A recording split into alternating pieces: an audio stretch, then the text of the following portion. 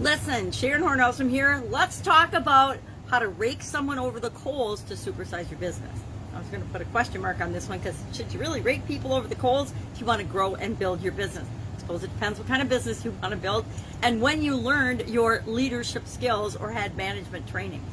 Now, the way they teach management training and leadership skills and what's acceptable and not acceptable in corporate America, in the business world, in a lot of places, is very different than how it was taught even a few years ago. Although I went to school more than a few years ago and got my experience beginning leadership, management, etc., in a different time and different era where different beliefs and standards and mores and ways of treating people were acceptable that are absolutely positively no longer acceptable.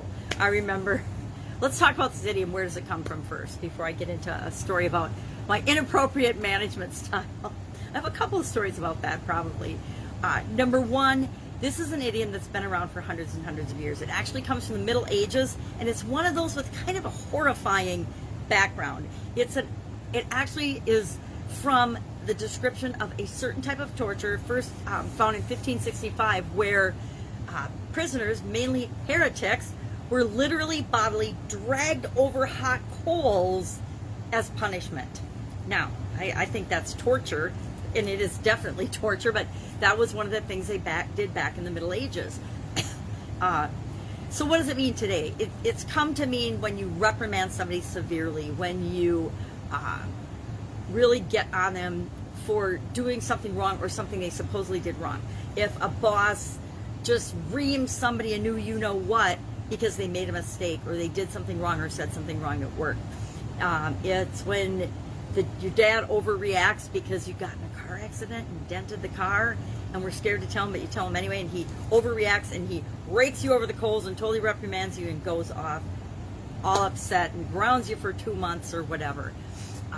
Never happened to me. Did I crash? I don't think I ever crashed a car until I had my own car, and then I crashed it. And my dad wasn't a rake you over the coals type of person, although he did grow up in the old school of management and leadership style, no doubt about that. So have you, like me, ever noticed that your leadership style, the way you're treating people isn't exactly how you want it to be? I remember a time back in high school when I was the editor of our newspaper where I had this big coffee can of markers, and to get people's attention if they weren't paying attention, I would huck a marker at them. I would literally chuck and throw a marker at people. Now it's totally, if I laugh now because it's so inappropriate, I actually can't believe that I used to do that and think that it was okay. I guess teenagers think all kinds of things are okay that probably aren't. So I decided that instead of just going down the torture route and thinking and trying to make a case for being severe and harsh with people is okay, because I honestly believe you should treat everybody the way you want to be treated. And I wouldn't have wanted somebody throwing markers at me back in high school, so probably it meant that I should find a better way. So over the years, over the decades actually, I have found better ways to lead, better ways to manage, better ways to deal with people. So I looked up an article, I looked up an article about feedback and steps to getting feedback to improve your leadership. Why? Because the only person we can really improve and motivate is ourselves. So I found a good little article about the 10 steps to get feedback to improve your own personal leadership style. And I used to do this in corporate America, and I continue to do it today and ask for feedback, but I did it in my businesses as well. Why?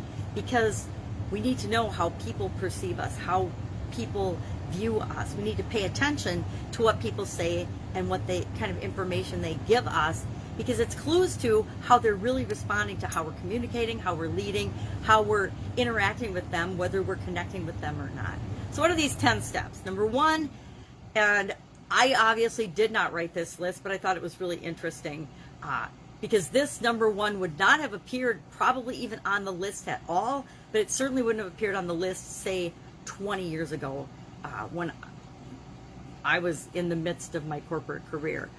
The first one is build and maintain psychologically safe environment, a psychologically safe environment. So people know if they give you feedback, they're not going to get any backlash. I 100% agree with this, and I believe I used to do that with the people I asked feedback from, but it's number one on the list right now. Make sure People know it's okay to give you feedback. Create a safe environment. Create it and maintain it. Just don't make it up and then act like it is and then go around and rake people over the coals after they give you feedback. That would be the exact opposite of what we want to do. Number 2, ask for feedback skillfully. Well, what does that mean? Find a way to ask for feedback that makes it easier and people more comfortable in doing it. What I used to do in corporate America, I did with my team and with myself what I call 360-degree feedback. And what I would do is I would have people on my team, and I would do for myself. Let's talk about what I would do for myself. What I would do for myself is I would create a form and a checklist, and I would rate myself on different behaviors, different things that I thought were important for my job. Now, I created that list, and I did it for the people that reported to me as well, so that we were all on a consistent framework, so everybody was comfortable with the process and the system that we used for rating and giving one another feedback. So we'd rate on a scale of 1 to 10, because then we could statistically analyze and make some subjective things a little more objective, and we could see improvement over time, etc. And then we'd have sections where you'd give examples and comments and why you rated somebody a certain way. So if you rated somebody average, you'd say, man, you do what's expected, but you don't necessarily do more. Or they'd give specific examples of when you had exhibited that behavior or not exhibited that behavior. So find a way to skillfully ask and make people more comfortable giving you feedback. Number 3, request both positive and negative feedback.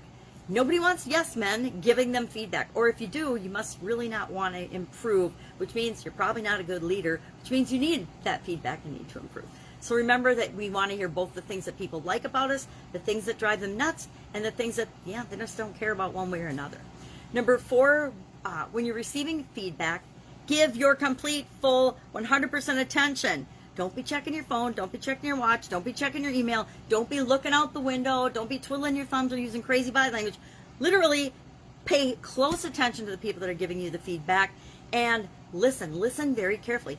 I say take notes so that you remember as you are doing the next step.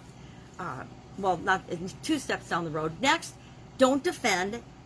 Don't debate. Don't argue with them. You can say, can you give me some examples of that? And ask clarifying questions. But you don't want to ever get defensive or put somebody on the spot or debate whether you agree with their assessment of you or not. Because remember, it's just their impression, their opinion. Number 6, own your reaction. How you react and the things that tweak you or bother you the most are probably the things you need to take the closest look at. At least that's what I found when I was getting feedback from people. A lot of times people will say something and other people will sometimes see the behaviors we're demonstrating more than we see them ourselves. I remember getting feedback from people in my Italian food business certain times, and they would say, you are super frustrated and stressed out. And there was a lot going on in the business, and they were absolutely positively right. And the people I worked with would actually see that in me, and they'd see the symptoms of me starting to get frustrated or starting to get stressed out or losing sleep even before I would admit it to myself. So it became very, very helpful. But it was up to me to then own the reaction that, I am, and then ask myself, why am I feeling stressed? What's going on? Why am I feeling frustrated? Why am I acting frustrated? Why am I taking my own frustration, which is 100% mine, out on other people in terms of being short or curt or hurried or harried or whatever? Number 8, we want to reflect.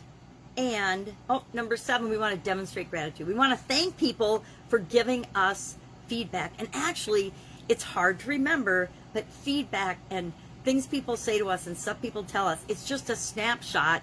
And we should be grateful for it because it is a gift. It's a gift of information of how we're being perceived, whether we agree with it or not. It's how another person is perceiving us, and we should be grateful and thankful for that because it allows us to see ourselves better and the impact we're having on other people in our business and on the world. Number 8, we want to reflect and evaluate. We want to evaluate all of the information we get. I always did my feedback where I didn't just get it from my boss or from one other person. And I actually started this in corporate America where our team would do feedback the way that we did it for our team. And then when it came time to meet with my boss was a participant in my feedback, my annual feedback, but he wasn't the only one that had a say in it. Everybody, especially the people that reported to me, they were a better indicator of my leadership skills and my abilities and how I was impacting the organization than my boss alone. Because my boss saw maybe, 5% of me.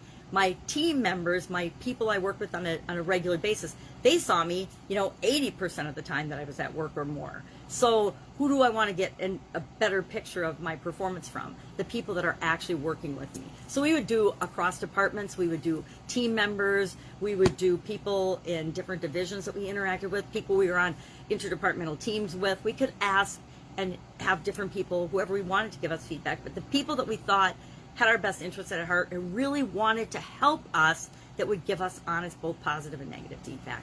So you want to reflect and evaluate, and then we had a whole computer program that I created on Excel. That's how long ago this was, where you just go into Excel and you plug in your data, or if depending on your boss would plug in the data, and then they'd create nice graphs and charts to see how you were trending, what people were saying, how you were for strengths and weaknesses or areas, and you then would get to decide and create your own improvement plan, whether you want to change or do anything with it. So you'd evaluate it.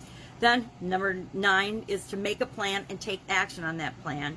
And number 10 is to sustain progress and then share an update with other people how you're doing. If somebody gave me a great piece of feedback and I actually did something with it and responded and changed and reacted, I would want to, number 1, thank them when they gave it to me, but then go back and follow up and let them know how I was doing. And hopefully they would notice it in my performance, but I wanted to make sure that they knew I was working on it, as well as waiting for them and asking them to continually give me feedback.